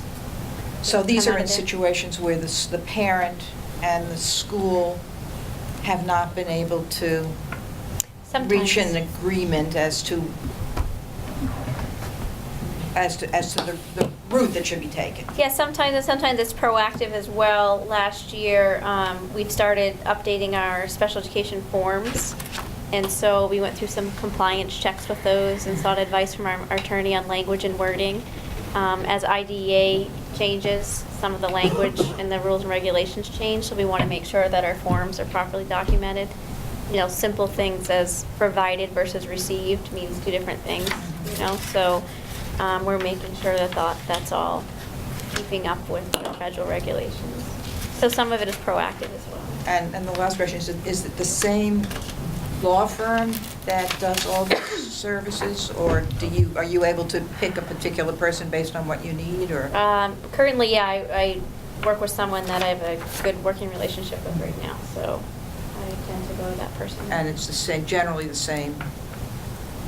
For the purposes of special ed, it is, but in our general account, we use various attorneys for various issues.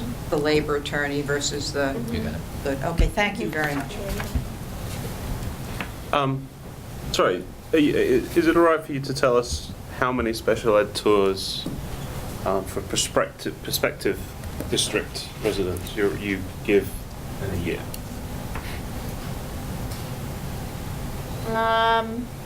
For each building, I've probably last year, probably 8 or 9 tours. And I was just at the elementary schools. Sorry, was that each building or total? But to elementary schools, because I was just there at the elementary schools last year. Mm-hmm. And then phone calls, I probably fielded another 5 or 6 phone calls from parents moving from out of state or out of the country even. Do we give tours for just anyone that's moving into the Absolutely. district? We do. Yeah. Yeah, and I know it's a tricky subject because is it the right thing to do fiscally to advertise, if you like, to promote ourselves? I mean, we have a good reputation that stands practically without promotion. Is it the right thing to do to promote our facilities in that sense? I mean, we provide open houses, those types of things. It's not, I would Those see it not that I'm not private. advertising. And it's, you know, it's a tough question, because Yeah. it's the right it's the right thing to do, because Yeah. this is a place where people can get the right help. Yeah. But then again, it's a cost. We're becoming a magnet, a destination. I would say it's like, I'm not trying to sell them a car, you know, it's not walking around, and it's more of, you know, so show me a classroom, what's a typical day look like,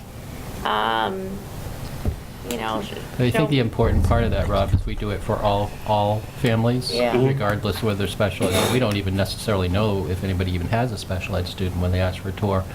And the data that Lisa's been able to collect this year was it 16 that we had move into the district, and 2 through 4? So is that the right number, Lisa? So it's 16 children? I don't have it on the top of my head, but I do know that the model we had, of course, accounts for move-ins and move-outs, and Right. we overestimated. The other piece I would put out there is that, you know, at the very beginning of Catherine's presentation, our special ed enrollment is the same percentage. Right. So clearly, we're not increasing the number of special ed students versus regular ed kids. It's constant. I think, as you had alluded to, Rob, the reputation of the district precedes itself. And in an era of declining enrollment, we absolutely throw out the red carpet for people who are considering us, because they're also considering other school systems. All right. I mean, it's reasonable to say that if you've committed to actually coming here and taking a tour, you're down to a short list at the very least, right? So that's exactly right. It's usually us, Yeah. you know, Rye, They've done their homework. Northwood, with Co-Brown. You know, people are definitely shopping for schools at this point in time, and they can afford to. There's seats in all of these good school systems. Yeah, and the principals, I would say, you know, if a family shows up, but, you know, we're thinking of moving here, I mean, surely they take time and bring them around, show them the facility. Meharmet has set tours at the end of the year, you know, for incoming new students that are just part of transition for families that are either new to the district or incoming kindergartners. So they do that as part as well, just to get families comfortable and feeling connected. I'm looking back at a slide that was, when we had our meeting, when we heard you through audio about, it's on page 20 of our PowerPoint, and it says optimal state, and it says caseloads of 16:1 for special education teachers for the Learning Center, and then caseloads are ratio of 8:1 for special ed teachers in the extended resource room. I just want to understand, I can't remember, is that our current caseload, or is that what you want to get Yeah, towards? it's optimal state, I would say, and I think this is just kind of like a draft, thinking about where do we want to be. When we're thinking about, we certainly have caseloads that are higher than 16. So We what do. is our, I guess I have to ask They're average. different by school and by grade. And there's different models in terms of how caseloads are figured, so I'd Correct. have to give you them by building. But Massway, for example, has 3 learning center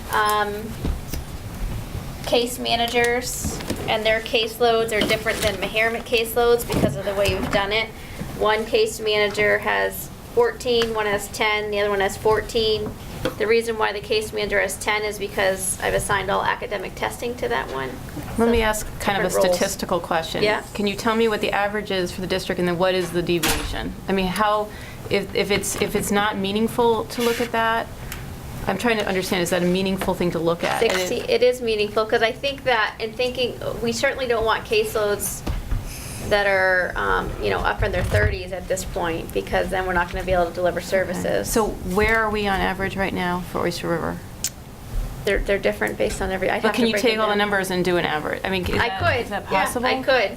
Because Yeah, I could guess get it back to what you. I'm getting towards is that might be what people are looking at. Yeah. They might be saying, well, look at, you have a lower caseload, theoretically, there's that, if I were, it's sort of like classroom size, lower classroom size Yeah. is Yeah. desirable. Yeah. Maybe fewer cases to handle per teacher would Yeah. also be an area. So I guess Yeah. I would be very interested to know, what are we on average, and what is the deviation of that, and how do we compare to other Seacoast schools? I think that's Yeah, going I to give mean, us we some range information. from 14 to 20 with that 16, those learning center case managers. We range from 14 to 20. And then for the extended resource room program, we range from, 5 up through 10. And in terms of area Seacoast schools, fairly comparable, although our model is, we have different models. So you Yeah. have to be careful that you don't just look at numbers, you look at the model and how we're delivering services. Right. Some of our case managers don't have a Catherine, caseload. I think it's really important for everybody at the table, they may already know, but I think it's important for this discussion to explain what the difference is between a learning center child's Sure. needs and an extended program child's Right, and needs. that's, so a learning center case manager typically services students who have inclusion support in the classroom and some pull-out. Students who need or require 50% or more of their day that is supported by special education, that's a program called Extended Resource Room. So this tends to be our more significant, highly involved students that have not just special education, but usually a one-to-one paraprofessional, speech and language, OT, PT, transportation, potential bus monitor.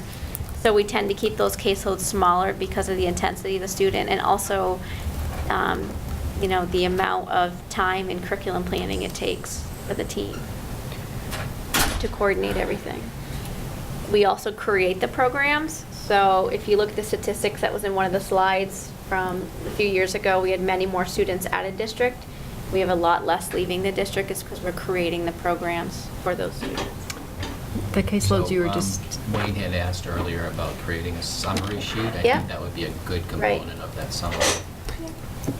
the numbers you were just giving us, were those just for the elementary grades, or were they That was also for the middle school? district-wide. So Yeah. our greatest caseload is about 20? Yep, and that would be, our higher caseloads are right now at the middle school and high school. You may have just touched on an answer toward my question. If you look at lines 5 through 8 in your budget and divide the total proposed by the number of staff listed, you get wildly different answers. there's a 3-to-1 difference. That the middle school proposed amount of $636,000 is, with fewer students, is roughly 3 times what the proposal is for Meharmet, for example, with more more staff. This is just paraprofessionals. Understood? Yeah? So, You don't see the question? well, the middle school has higher caseloads because what ends up happening is the students from Meharmet and Mass Way feed into there together, so the caseloads become higher. But per para? Pardon me? Per para? But they also have special education teachers. Paras and case managers are different people. But these lines reflect paras, that's the Those are just statement on it. paras for services, yeah? But does one para earn 3 times what another one does in a different school? No, if you're a one-to-one para, then it's based on a step salary, no matter where you are, and you either have 1 or 2 students, case managers that are the special ed teachers. I'm not I making my think question they clear. stated earlier that the numbers Yeah. here do not reflect quite a few paras who moved into the middle school.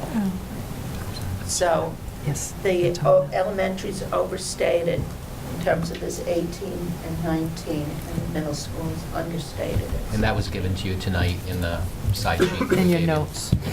The correct number. Okay, Yeah. the number corrections have been given. Thank you. Yes, right at the bottom of the page, yeah. But I guess I'm following up with Tom's question, and I'm grateful that it's here, but it just seems that there's almost a $400,000 disparity between one and the other. The numbers are comparable. Why is one cost so much more than the other? Is that your question, Tom? Well, mine was on a per para, but your question is valid as well. Well, Massway changes to 12, Mohammed changes to 10, middle school jumps to 32 paras. Right. Okay. So that's your answer. That's Just the right. 32.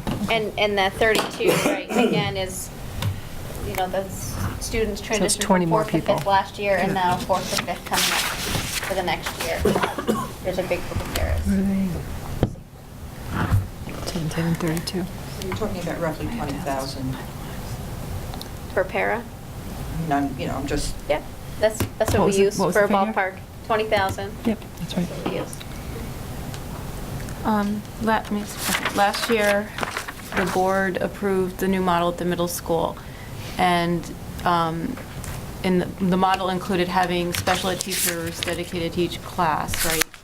And the idea was that, what I remember hearing presented by Principal Richard was that there were found that a lot of paras were idle, that there were students who were maturing to a certain level, that they didn't need the full-time support, and that, in many ways, this I got the impression there would be, and I don't know, that there would be fewer paras, all things being equal. But that doesn't mean you don't know what types of new students are coming up from the 4th grade. I understand that. So I have to ask about the model. I have to ask, are the results improving for children? Is it helpful? I mean, that's my number one concern, is how is it helping our students? And then the secondary, is that, because the numbers aren't really reflecting what I thought we would see a year from now.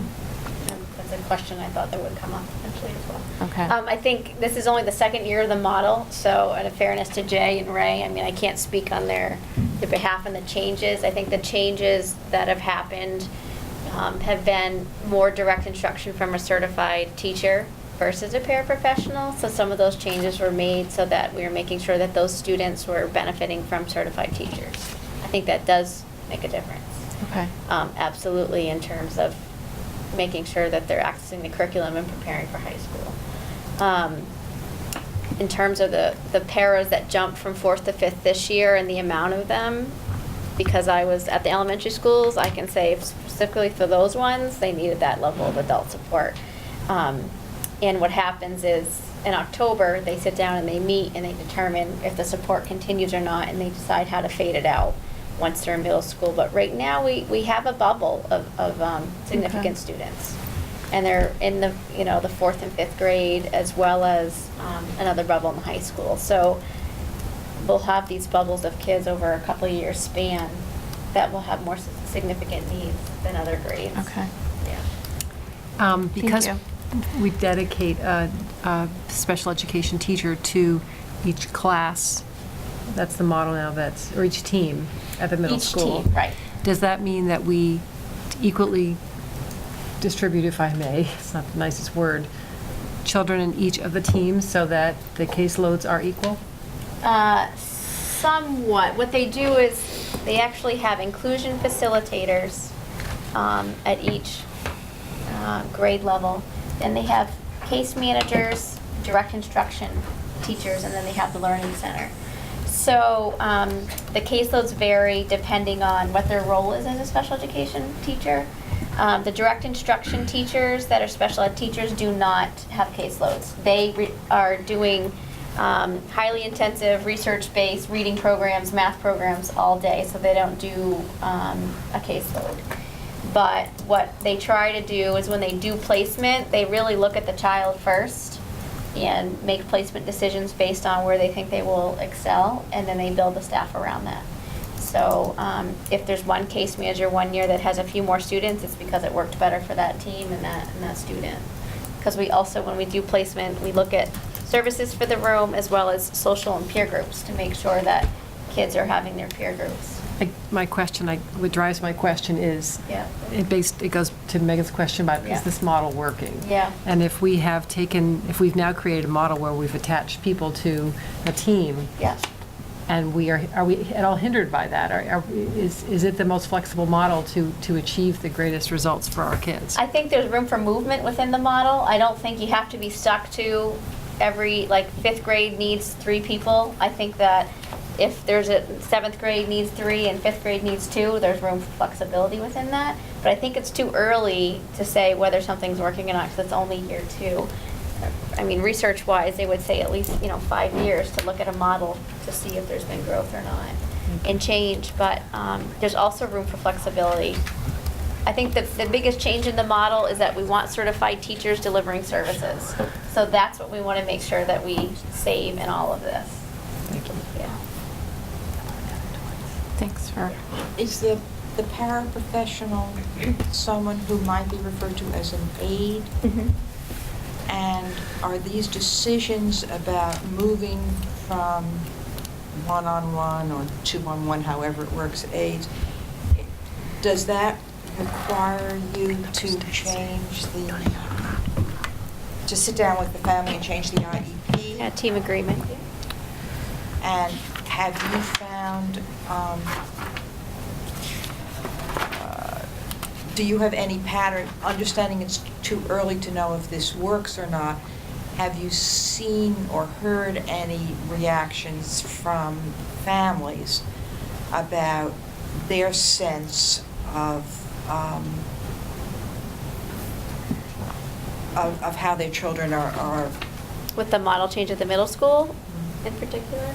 I haven't gotten a lot of direct feedback about that. I think that the middle school worked out some bugs last year in terms of how the IEPs were written, how the services were delivered. They worked through that with Phyllis Schlichter, who was the previous special ed director. I think now, again, parents are seeing that their child is getting more services from the special ed teacher. So that is certainly a benefit.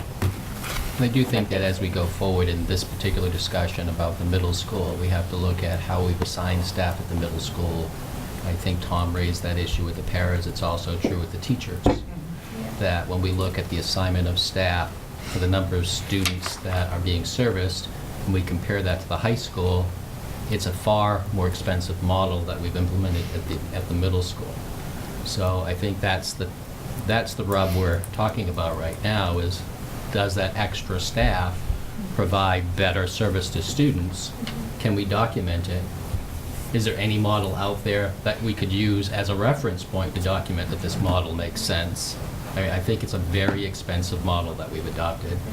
And again, the number of students between the middle school and the high school are almost exactly the same, and the high school has far less staff to service those youngsters. So I think that's the conversation that we're having internally related to this model.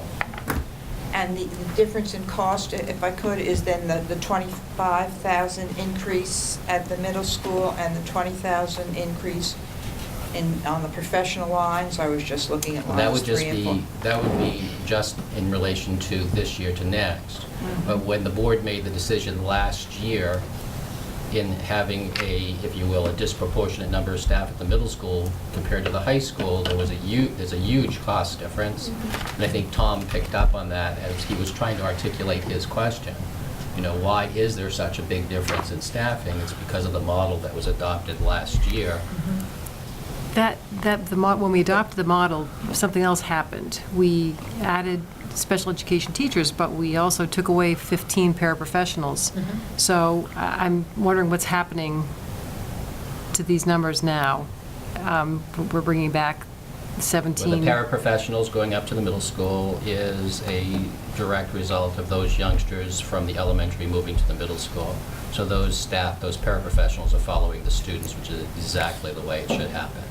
The issue that we're talking about is really about the cost difference between the middle school and the high school, which really results in the model change. And as an example, and you'll have to correct me, Catherine, because I'm going to pull this from the top of my head, there's 4.5 or 5 additional teachers servicing the middle school versus the high school. It's more than that. It's More than that. 14 versus 8.5. So six teachers, thereabouts? It says 14 It says versus 14 and 10. 10. Yeah, well, again, it's the way we've put some of those That people number in there. needs to be Yeah. updated, Yeah. is fewer. Yeah. So there's about a half dozen He's talking about teachers teachers more now. at the middle school servicing approximately the same number of youngsters. And the questions that you're all asking are, is that making a difference in student performance, which is exactly the right question. Yeah. And the answer is we don't have enough time with that data to say yes or no, but we should be able to reference a model or models that are similar that would demonstrate that this model is a successful model for us to adopt. I wasn't here as part of that conversation, so I don't know if that piece of the research was put out there. As superintendent, I will tell you, I'm not convinced. And so I'll put that right on the table tonight, that the additional staff to me doesn't seem to be making academic sense. I think that we have a lot of resources at the middle school, and that's how I would leave it. I think it's something that we really need to talk about seriously. Would we have to look at the figures for 7/1/2010 to 6/30/2011 to see the base figures before these changes took effect? That would make sense to me, and we can go back and do what research we need to see where we were before we went to this model. I mean, because and I'm where just we are looking at the after. differences, you know, in this page. And there's some changes, but they're It not. doesn't But they're not demonstrate. earth-shaking. That's right. And so I'm wondering, I guess I'd like to see what the base figures were before you began this. But I'm very sympathetic to the point you make that understanding how individual each child's need is, that if you're looking at it in the aggregate, which we are, then you need more time to evaluate. And I understand that completely, which is why I guess I wonder if we need to see the previous year's. Will it be all figures. that different though? Because basically there were 15 paras and they traded those for how many? 3 or 4? 3 teachers. 3. And it was actually It's a savings. a savings. It was a saving, right? So 30. Off the top of my head, it was like, I want to say $300,000 to $400,000 savings. Yeah. Is there some measure of success in SPED, such as how many students graduate from meeting SPED? Can you comment on that and our Yeah, we have success? the amount of students who are graduating and going on to, post-secondary education. Yeah, we have that data we can get for you. Put exit data from special ed into regular ed, Catherine? Do Yeah, we have that? exit data as well. We have students that are discharged before they graduate as well. We have systems and processes in place to look at that. So we can provide that information. I would think that there might be some interest in how many you can graduate out of it in elementary school, how Yeah. many out of middle school, how many out of high school. Yeah. Thinking that your earlier efforts are successful. Yes. And Yes. The other thing I can tell you as well is the data we can provide in terms of referrals that we receive and whether the student is eligible or not. I would say that the amount of students eligible has actually gone down. Based on some referral data from last year at the elementary level, we had far more referrals than students were actually eligible and then were provided services. When And you that- say referral, To special education, so students we tested, and then they were found not eligible to receive services. so the school initiated Or the testing, parent, or the yep. parents, and then the decision was that they weren't eligible. So that, and that, I think that is due to some curriculum shifts, a little bit of RTI, not a ton, but also supports and services at the elementary schools. It's different at an elementary school. You have a lot more staff, they're in the same room all day. So when you shift to different models, that's where I think the middle school model came up, is trying to shift it a little bit.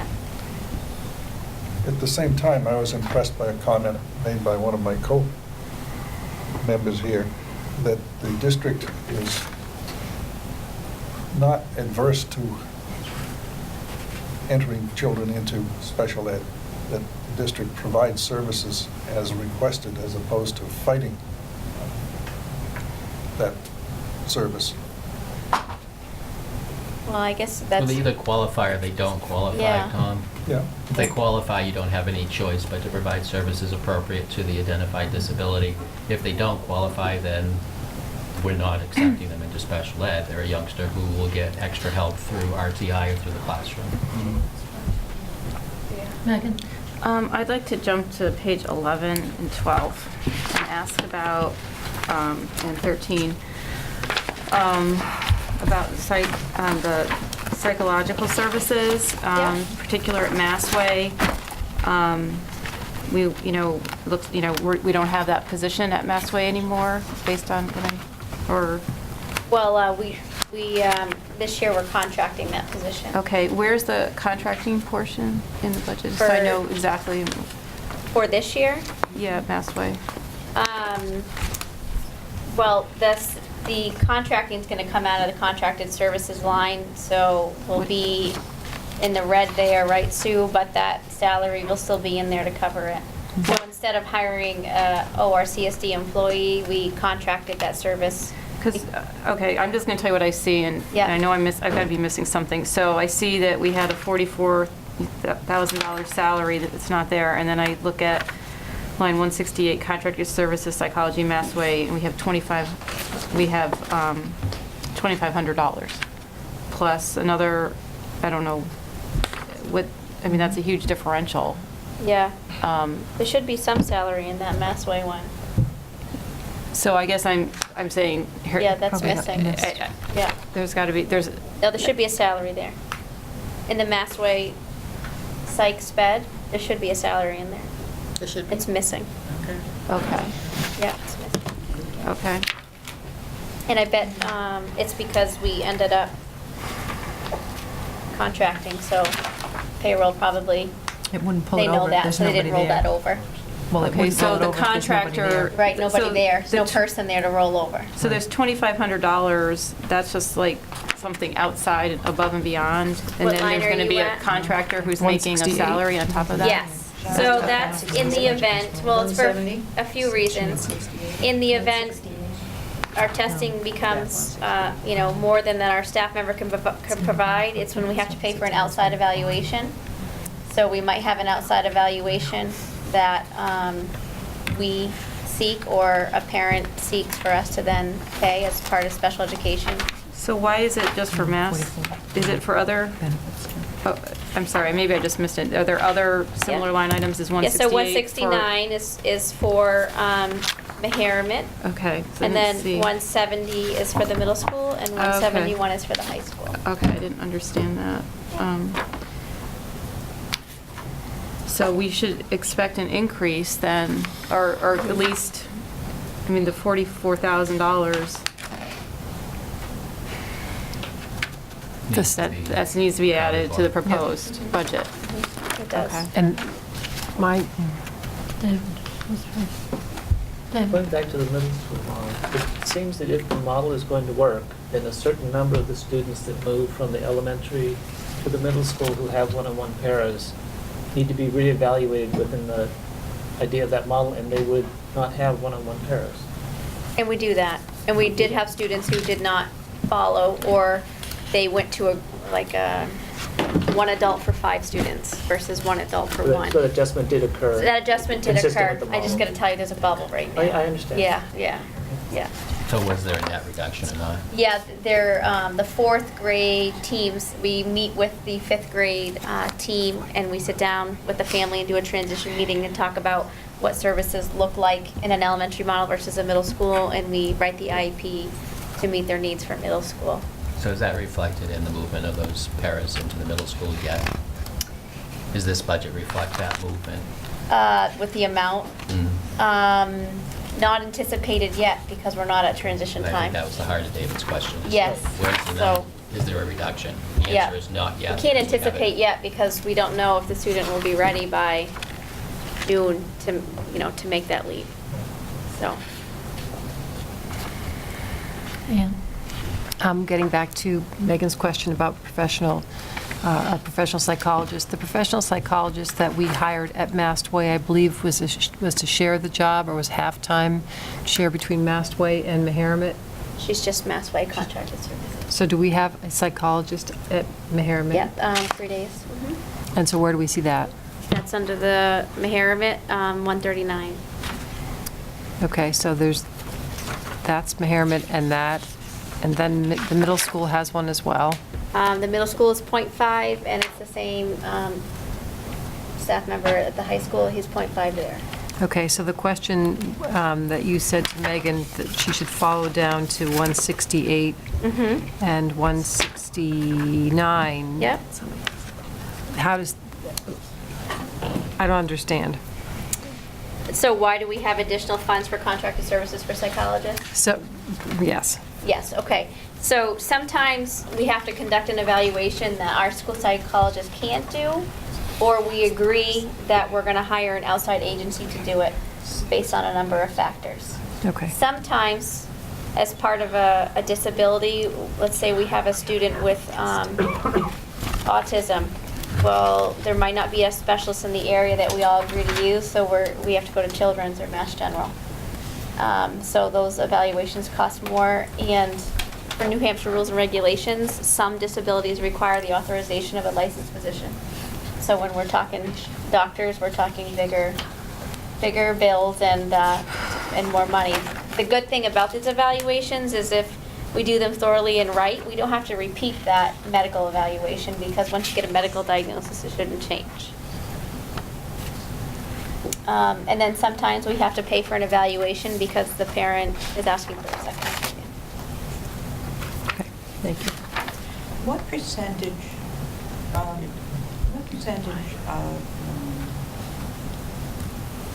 cases, I know that's probably not the right word, but I can't think of a more appropriate word,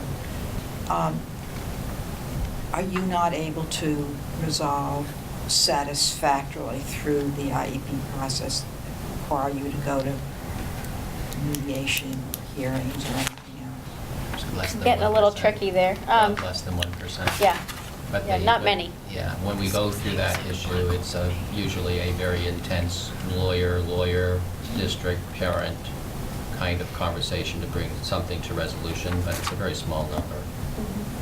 I guess I'm going back to that $25,000 We'll use for it all. legal fees. If we go to due process once, It'll wipe it out. Right. it'll be much, Yeah, no, I understand that. So it's better to avoid that. you're right, that's right, yeah. Yeah. I think our team process is pretty solid in Oyster River, and we tend to not get into that. Krista?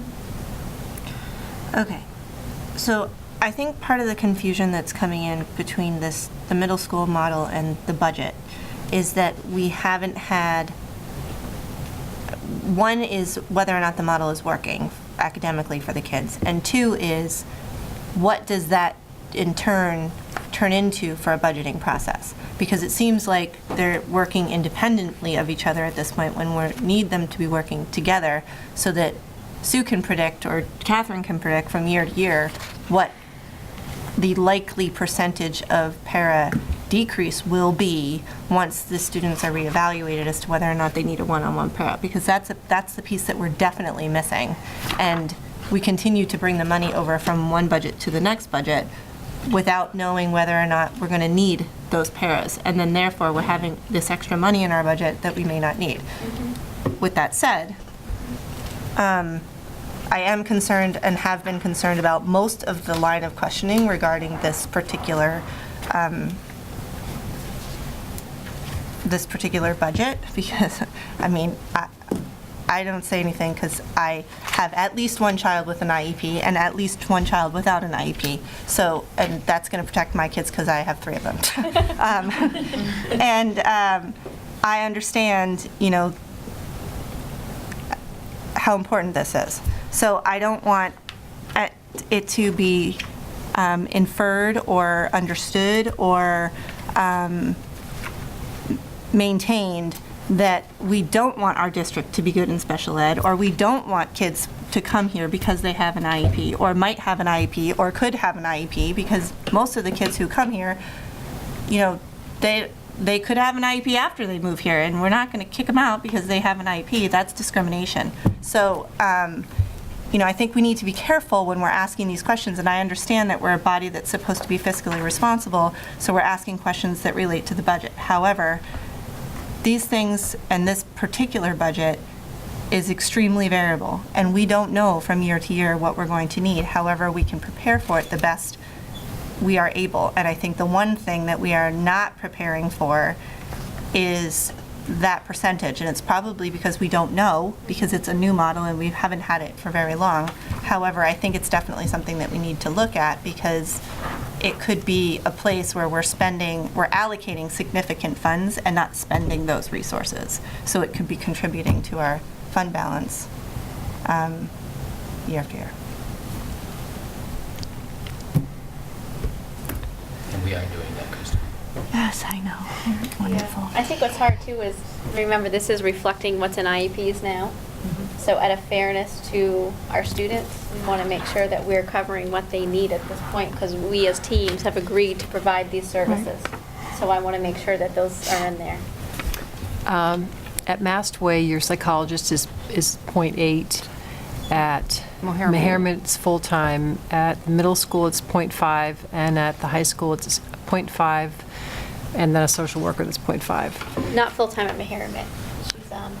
She's 3 days. She's 3.5 Okay, days. it doesn't, that's Yeah. not illustrated here in Yeah. the budget. She's .6. So. Are you getting, do you have the coverage that you need to provide the services you need to provide? That the outside services that we get, are they always because we need some other credential making the assessment? Or is it because we don't have our psychologists on duty long enough? At the elementary schools, I would say it's usually because we need a outside evaluation. At the middle high school, there are times in the year where the school psychologist does get flooded, and we use a couple different psychologists and neuropsychologists that have been part of our contracted services for a number of years that do some evaluations for us. So yes and no. So yes, in the middle high school they get flooded, and the elementary school is pretty much covering it. I guess my question is the model we're using with our psychologists the best model to serve our kids? Yes. I think that in some ways, depending on our enrollments at the elementaries, because Massway is a lower enrollment this year, the contracted services person, so you can see we had a .8 position in there. The person we actually hired to do the contracted services, we brought in for 3 days, because starting the school year, I could project for the year how many 3-year evaluations and how many a percentage of referrals based on current and past data that we would have, so I could shave off a day. So I think that the model potentially at the elementary school, it is open for discussion for a little bit of reduction in those services. The role of the psychologists differ between buildings. At the middle high school, he is just doing primarily testing. The elementary schools, the psychologists are much more embedded, doing testing, consultation, support, and parent training for families. It's a new process for many families, so we take much more time when we're introducing it.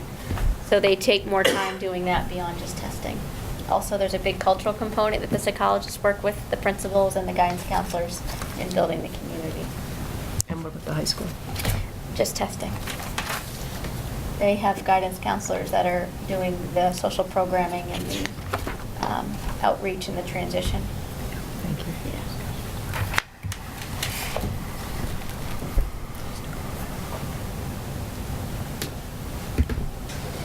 No other questions?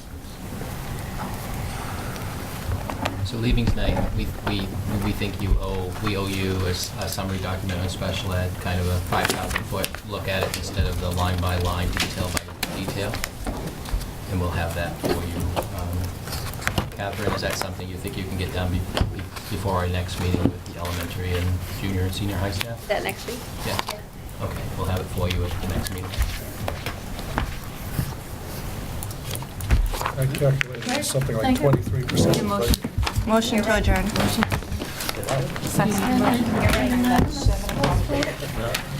And part of that, most of that is because of our salaries are high.